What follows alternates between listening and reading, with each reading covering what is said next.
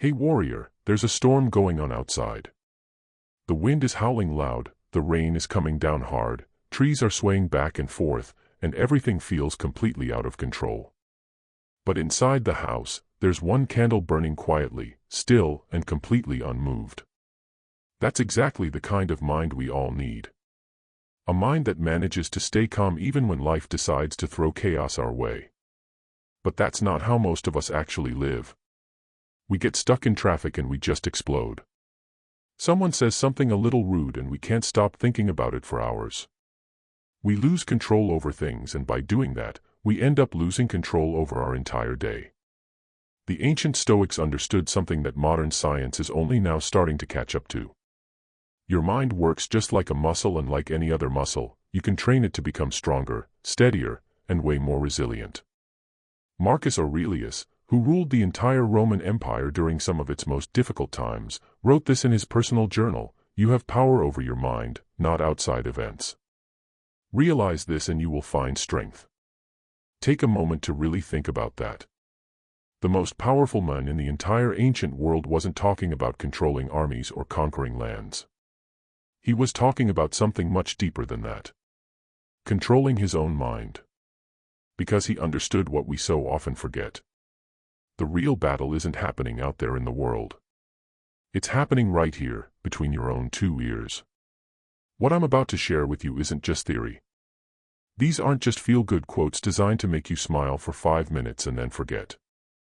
These are practical, battle-tested principles that have helped millions of people across thousands of years develop real, lasting calm. Not the fake kind of calm that crumbles the second something goes wrong, but the deep, authentic calm that comes from truly understanding how your mind actually works. You see, most people seem to think that calmness means nothing bad ever happens to you. But that's not really calmness. That's just good luck. Real calmness is when bad things do happen and you don't completely fall apart. Real calmness is when your whole world gets shaken up and you somehow remain steady.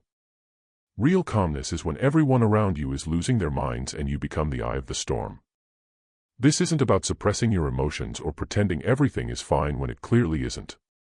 This is about developing the kind of inner strength that lets you face reality clearly without getting completely overwhelmed by it. It's about building a mind that can handle whatever life decides to throw at you. Not because you're running away from the storm, but because you've learned how to dance right in the rain. Before we go any further, make sure you hit like, drop a comment, and share this video with someone who really needs to hear this. Subscribe to the channel if you're ready to master your emotions and become mentally unshakable. And please, don't skip any part of this video. You'll end up regretting missing even just one point. I want you to drop this affirmation down in the comments. My mind is calmer than the storm around me. Let's train the mind together. Number 1, build a mind that doesn't need everything to be okay. Life is never going to give you a perfect day where everything goes exactly according to plan. Never. And the sooner you accept this reality, the sooner you can start building real inner peace. Most people spend their entire lives desperately trying to control the uncontrollable. They need their boss to be in a good mood, their kids to behave perfectly, their relationships to have zero conflict, and their plans to work out exactly as they expected. When any of these things don't happen, which is most of the time, they just fall apart. The Stoic philosopher Epictetus, who spent years as a slave before becoming one of history's greatest teachers, said something truly revolutionary. It's not what happens to you, but how you react to it that really matters. This wasn't just some philosophy for him. It was survival. He learned to find peace even when he had absolutely no control over his external circumstances. Think back to the last time you got really stressed out about something. I bet it wasn't because something truly terrible happened to you. It was probably because something relatively small didn't go the way you expected it to. Your coffee order was wrong. Traffic was heavier than you thought it would be. Someone didn't text you back fast enough. Your internet was being slow. These tiny little disruptions threw off your entire day because somewhere deep down you had unconsciously decided that everything needed to be absolutely perfect for you to be okay. But what if you didn't need everything to be perfect? What if you could be genuinely peaceful even when things do go wrong? This isn't about lowering your standards or giving up on your goals. This is about separating your inner peace from external circumstances. The ancient Stoics had a powerful exercise they used for exactly this. They would regularly imagine losing everything they cared about, their health, their wealth, their loved ones. Not because they were pessimistic, but because they wanted to practice being okay, even in worst-case scenarios. They called this negative visualization. And it trained their minds to find a kind of stability that didn't depend on everything going right. Here's how you can start applying this starting today. The next time something small goes wrong, your phone battery dies, you spill coffee on your shirt, someone cuts you off in traffic, use it as training. Instead of immediately getting frustrated, just pause for a second and ask yourself, can I be okay even though this happened? Notice, I'm not asking you to be happy about it or pretend it's good. I'm asking if you can maintain your inner equilibrium even when your external world isn't perfect. Because this is exactly what a trained mind does. It doesn't need ideal conditions to function well. Start with the small inconveniences and work your way up from there. Practice being calm when your plans suddenly change. Practice being peaceful when people inevitably disappoint you. Practice being centered when technology doesn't work the way you wanted it to. Each time you choose calm over chaos in these small moments, you're building mental muscle that will be there for you when bigger challenges eventually come. Remember, this isn't about becoming emotionless or not caring about anything at all. You can still have preferences. You can still work toward goals and want good things to happen, but you're no longer held hostage by the need for everything to be absolutely perfect. When you build a mind that doesn't need everything to be okay, something amazing starts to happen. You become genuinely free. Free from that exhausting cycle of constantly needing to control everything around you. Free from the anxiety that comes from pinning your peace on circumstances you simply can't control. Free to respond to life from a place of real strength instead of desperation. This is the foundation of all inner calm. The recognition that your peace doesn't actually come from your circumstances, but from your response to those circumstances. I want you to drop this affirmation in the comments. My peace does not depend on perfection.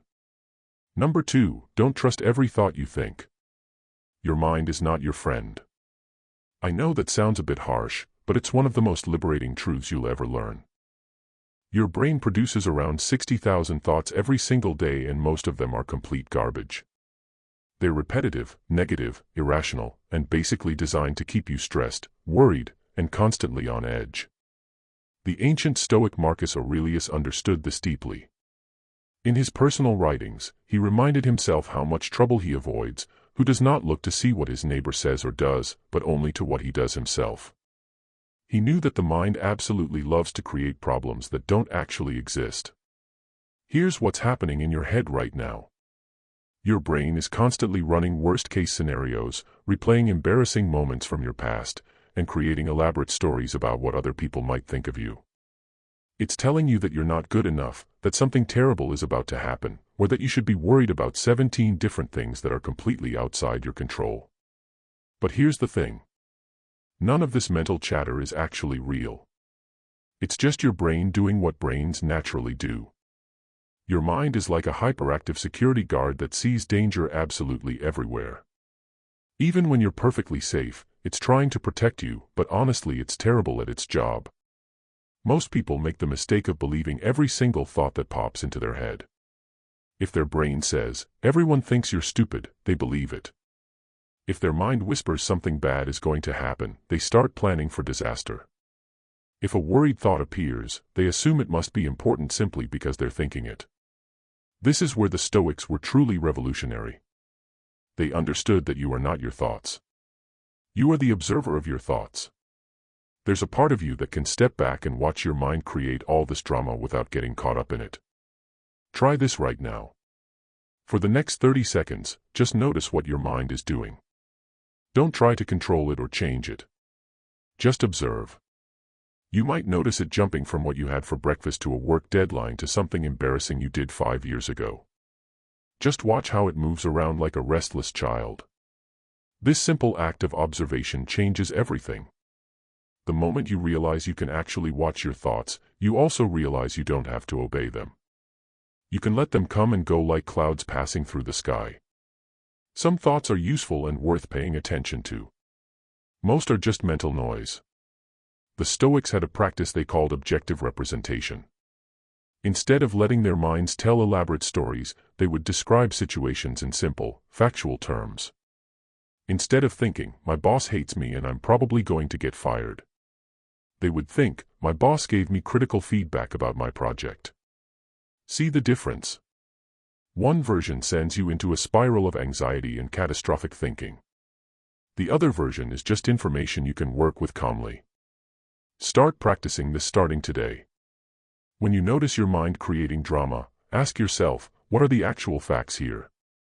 Strip away the emotional story your brain is adding and just focus on what's really happening. You'll be amazed at how many of your problems exist only in your thoughts, not in actual reality. Remember, having anxious thoughts doesn't make you an anxious person. Having angry thoughts doesn't make you an angry person. Having worried thoughts doesn't mean you actually need to be worried. These are just mental events passing through your consciousness. You get to choose which ones deserve your attention and which ones you can simply let go. When you stop trusting every thought you think, you reclaim your power. You're no longer at the mercy of whatever random worry or fear your brain decides to produce. You become the director of your own mental experience instead of just being a passive victim of your thoughts. I want you to drop this affirmation in the comments. My thoughts do not control me. I choose what to believe. Number 3, slow down your mind, slow down your life. We live in a world that absolutely worships speed, faster internet, quicker responses, instant everything. But here's what nobody ever tells you. The faster your mind moves, the more anxious and overwhelmed you end up becoming. Mental speed isn't a sign of intelligence or productivity. It's often a sign of inner chaos. The ancient Stoics understood something profound about the relationship between mental pace and inner peace. Seneca, who advised emperors and managed vast wealth, wrote, "Every new beginning comes from some other beginning's end." He knew that rushing through life meant missing the wisdom that comes from truly experiencing each moment. Think about the last time you felt completely calm and centered. I guarantee your mind wasn't racing. You weren't jumping from thought to thought or trying to solve 17 problems all at once. You were present, grounded, and moving at a sustainable pace. But most of us have trained our minds to run like hamsters on a wheel.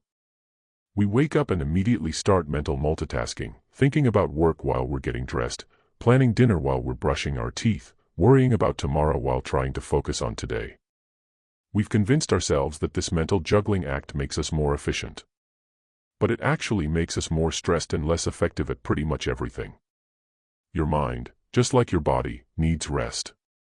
It needs moments of stillness to process information, integrate experiences, and restore its natural balance. When you constantly push your mental RPMs into the red zone, you create a state of chronic stress that makes calm practically impossible. The Stoics practiced something they called prohos, a kind of mindful attention that involved slowing down and really focusing on one thing at a time. They understood that presence isn't just a nice idea. It's a practical tool for maintaining inner peace. Here's how you can start slowing down your mind starting today.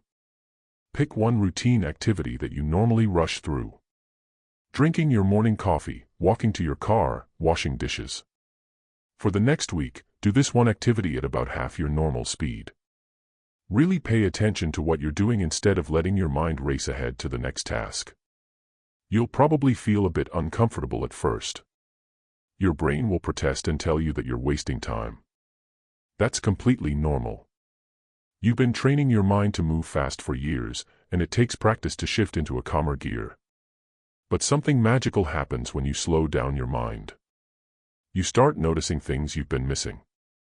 You become more aware of your thoughts and emotions before they spiral out of control. You make better decisions because you're not reacting from a place of mental chaos. You feel more grounded and much less scattered. The Stoics also used breathing as a tool for mental pacing. When Marcus Aurelius felt his mind starting to race, he would focus on his breath, not as some meditation technique, but as a way to anchor his attention in the present moment. Breathing happens at the perfect pace for a calm mind. Not too fast, not too slow, just steady and rhythmic. Try this right now. Take 5 deep breaths and count each one. Notice how this simple act immediately shifts your mental energy. This isn't magic, it's just biology. When you slow down your breathing, you send a signal to your nervous system that everything is okay and it's safe to relax. Remember, slowing down your mind doesn't mean becoming lazy or unproductive. It means moving through your day with intention instead of franticness. It means choosing quality over quantity in your thinking. It means giving your mind the space it needs to function at its absolute best. When you slow down your mind, you don't actually accomplish less, you accomplish better. You make fewer mistakes, have better ideas, and feel more satisfied with what you do. Most importantly, you create the mental conditions where genuine calm can actually flourish. I want you to drop this affirmation in the comments. I slow down to take back my peace. Number 4, learn to fail without falling apart. Here's something nobody ever teaches you in school. How you handle failure determines the quality of your entire life. Not your successes, not your talents, not your good luck, your relationship with failure. And most people have the worst possible relationship with it. We've been programmed from an early age to see failure as the enemy, something to avoid at all costs, something that proves we're just not good enough. But the ancient Stoics saw failure completely differently. To them, failure wasn't the opposite of success. It was information. It was feedback. It was one of life's greatest teachers. Epictetus taught his students, it's impossible for a man to learn what he thinks he already knows. He understood that failure strips away our illusions and forces us to see reality clearly. Without failure, we just stay stuck in our comfortable ignorance. Think about a child learning to walk. They fall down hundreds of times. Do they interpret each fall as evidence that they're terrible at walking and should probably give up? Of course not. They get right back up because falling is simply part of learning. Somehow as adults, we forget this basic truth and start treating every setback like a personal catastrophe. The problem isn't failure itself. It's how we interpret failure. Most people take one failed attempt and create an entire story about their fundamental inadequacy. They fail at one relationship and decide they're unlovable. They struggle with one job and conclude they're incompetent. They make one mistake and convince themselves they're failures as human beings. But what if failure was just data? What if it was simply information about what doesn't work so you can adjust and try something different? The Stoics understood that every failure contains wisdom, but only if you're willing to extract it. Instead of drowning in self-pity, here's how to start changing your relationship with failure.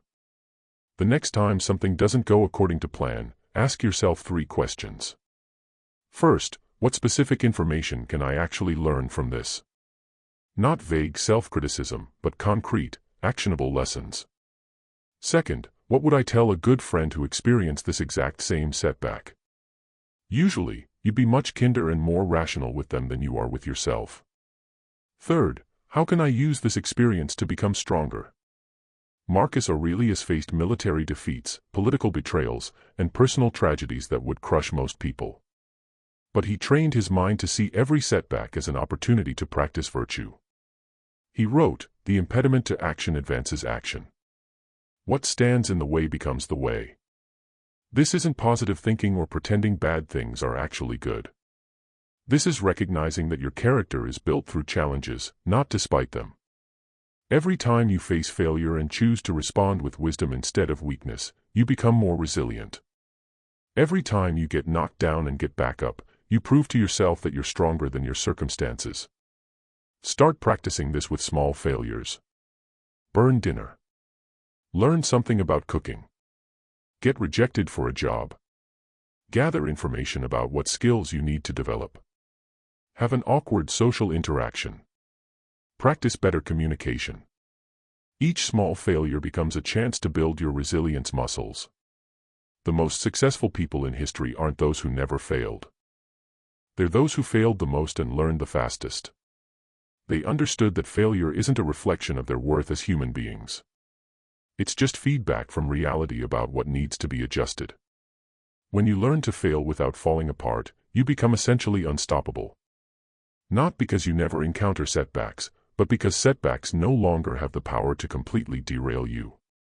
You develop what the Stoics called the discipline of desire. The ability to want what happens, especially when what happens is teaching you something important. Remember, every master was once a disaster. Every expert was once a beginner. Every person you admire has a long history of failures that shaped them into who they eventually became. Your failures aren't evidence that you should quit. They're evidence that you're actually learning. Drop this affirmation in the comments. My failures are my teachers, not my enemies. Number 5, protect your energy, like your life depends on it. You have a finite amount of mental and emotional energy each day. Most people treat this energy like it's completely unlimited, pouring it out carelessly on things that don't matter, then wondering why they always feel so drained and overwhelmed. But your energy is your most precious resource, and the Stoics understood that protecting it is absolutely essential for maintaining inner calm. Seneca, despite being one of the wealthiest and most powerful men in Rome, was incredibly selective about how he spent his time and energy. He wrote, "It is not that we have a short time to live, but that we waste a lot of it." He wasn't just talking about time. He was talking about the mental energy that makes time actually valuable. Think about your typical day. How much energy do you waste on things that don't actually improve your life? How much mental bandwidth do you spend on other people's drama, social media outrage, news stories you can't influence, or conversations that leave you feeling drained rather than energized? Every time you engage with negativity, every time you get pulled into someone else's chaos, every time you focus on problems you simply can't solve, you're making a withdrawal from your energy bank account. And unlike your financial bank account, you can't just make more deposits whenever you feel like it.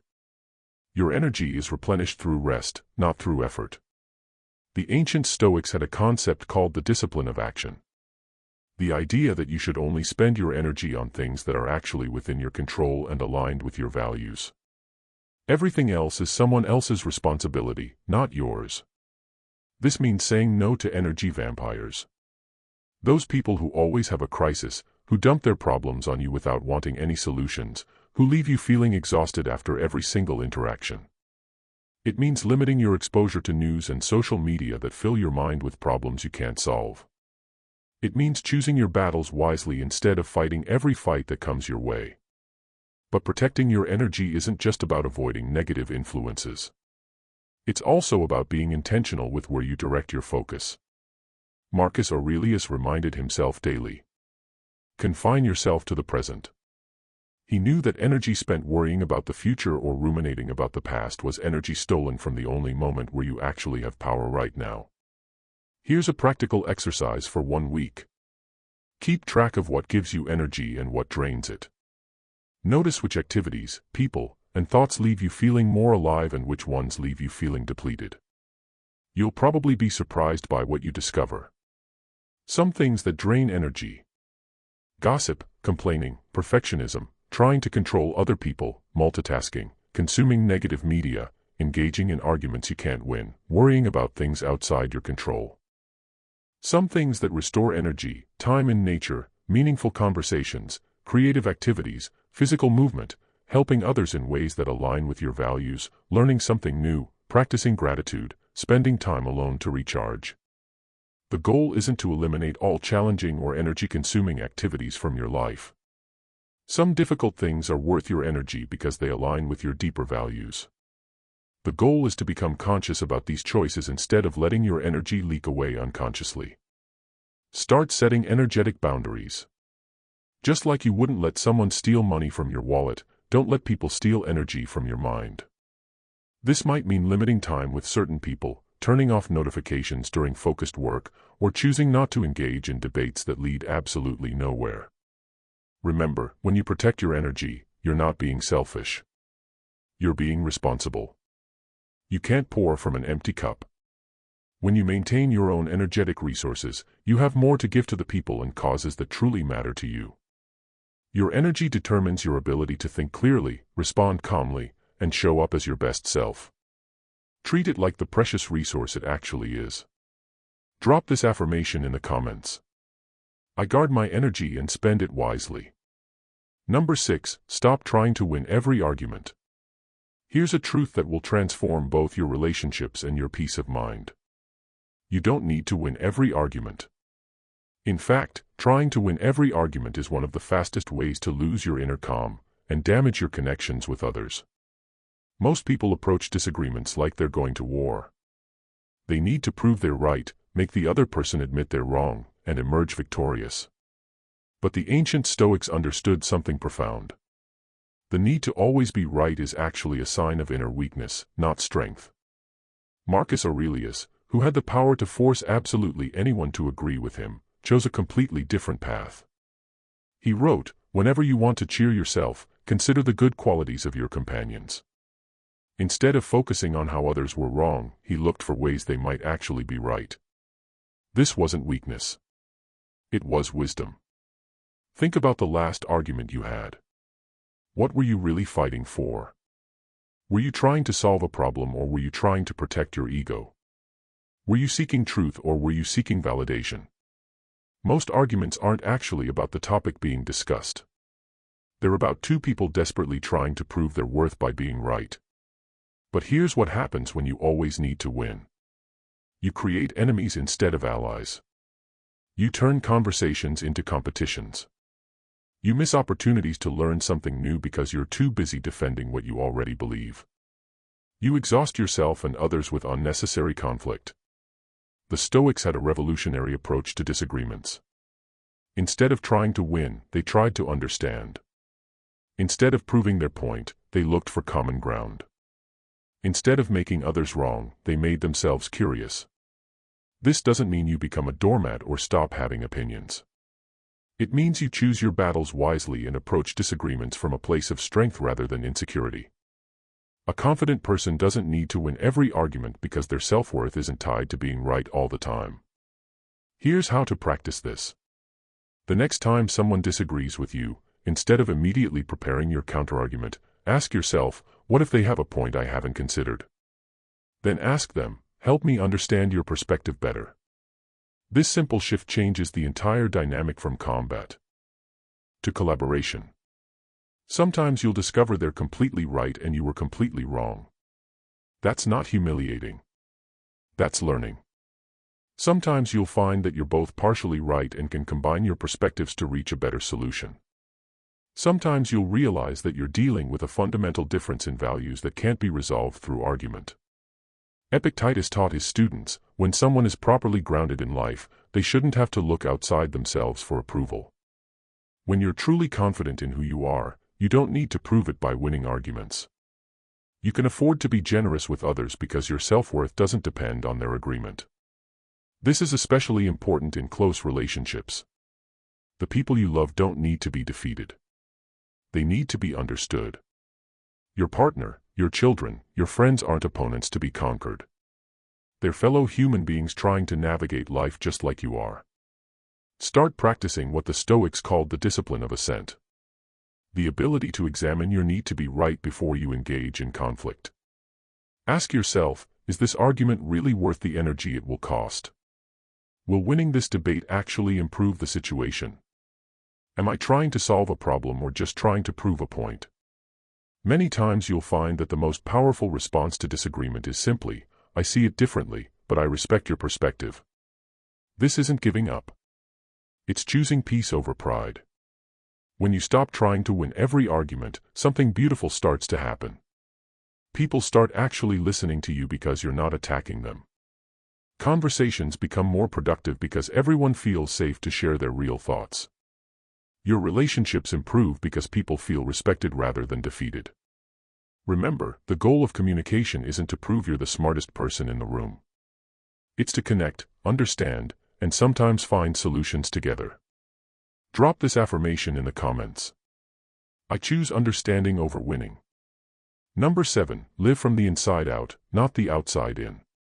This is where everything finally comes together. This final principle is the foundation that makes all the others possible. Most people live their entire lives from the outside in. They let external circumstances completely determine their internal state. But the ancient Stoics discovered the secret to unshakable calm, living from the inside out. What does this actually mean? It means your peace, your joy, your sense of worth and your emotional stability come from your inner character, not from your outer circumstances. It means you generate your own weather instead of being tossed around by the storms outside. Epictetus taught, no one can harm you without your permission. This wasn't naive optimism. This was hard-won wisdom from someone who learned to find strength in the one place no one could touch: his own mind. Living from the outside in looks like this. Your mood depends on whether people are nice to you today.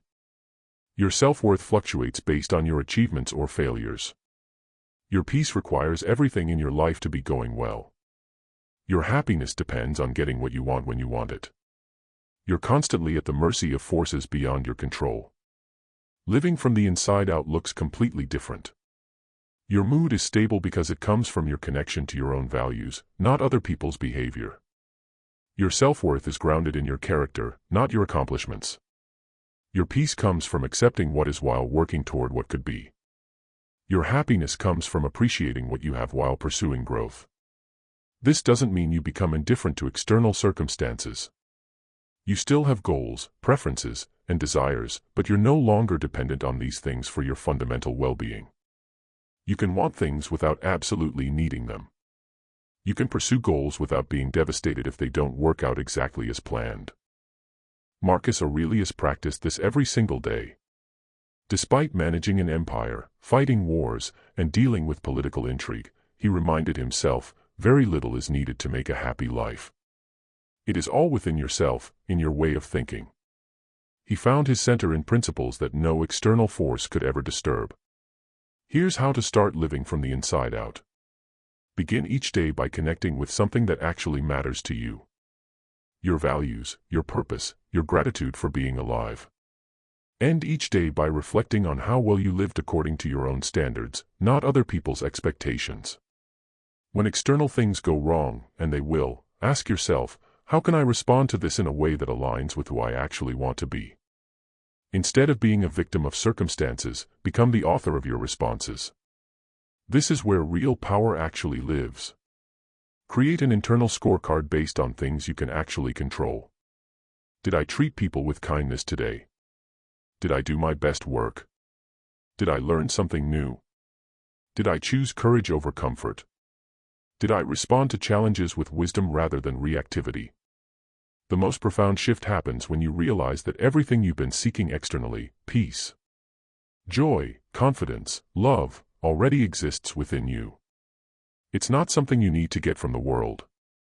It's something you need to uncover within yourself. This is the ultimate Stoic teaching. You are not a leaf blown around by the wind of circumstances. You are the tree rooted, steady, growing from the inside out. Your branches may sway with external pressures, but your core remains strong and completely unmoved. When you live from the inside out, you become truly free. Free from the exhausting need to control everything around you. Free from the anxiety that comes from depending on external validation. Free to be genuinely yourself in a world that's constantly trying to make you someone else. Drop this affirmation in the comments. My strength comes from within, not from my circumstances. You now have 7 powerful principles that can transform your relationship with stress, challenge, and uncertainty. But knowing these ideas isn't enough. You have to actually practice them. The Stoics understood that philosophy without application is just intellectual entertainment. These aren't quick fixes or magic solutions. They're practices that require consistency and patience. Some days you'll apply them perfectly. Other days you'll forget everything and react from old patterns. That's completely normal. Growth isn't about perfection. It's about progress. Start with one principle that resonates most deeply with you. Practice it consistently for a month before adding another. Remember, you're literally rewiring your brain to respond to life differently. This takes time, but every moment you spend training your mind is an investment in your future peace. The ancient Stoics faced wars, plagues, betrayals, and losses that would break most people. Yet, they found a way to maintain inner peace through it all. Not because their lives were easy, but because they understood something truly profound. The quality of your life is determined by the quality of your thoughts and responses. You have everything you need right now to begin this journey. You don't need perfect conditions, unlimited time, or a stress-free life. You just need the willingness to see challenges as opportunities to practice these principles. Marcus Aurelius reminded himself daily, the universe is change. Our life is what our thoughts make it. Your thoughts have been creating your experience of life up until now. Starting today, you can begin consciously directing those thoughts toward calm, wisdom, and inner strength. Remember, you're not trying to eliminate all stress from your life. That's impossible and wouldn't be healthy anyway. You're learning to meet whatever life brings with grace, wisdom, and unshakable inner peace. The path of the Stoic isn't always easy, but it's always worthwhile. Every time you choose calm over chaos, wisdom over reactivity, and inner strength over external dependence, you become more of who you're truly meant to be. Your journey to unshakable calm starts now. Not when your life gets easier, not when people understand you better, not when everything goes according to plan, but right now in this very moment, with whatever circumstances you're facing. If this video has been valuable to you, please hit the like button, share it with someone who needs to hear this message, and subscribe to the channel for more wisdom on living a truly peaceful life. Your future self will thank you for starting this practice today. Drop this affirmation in the comments. I am building unshakable calm from the inside out.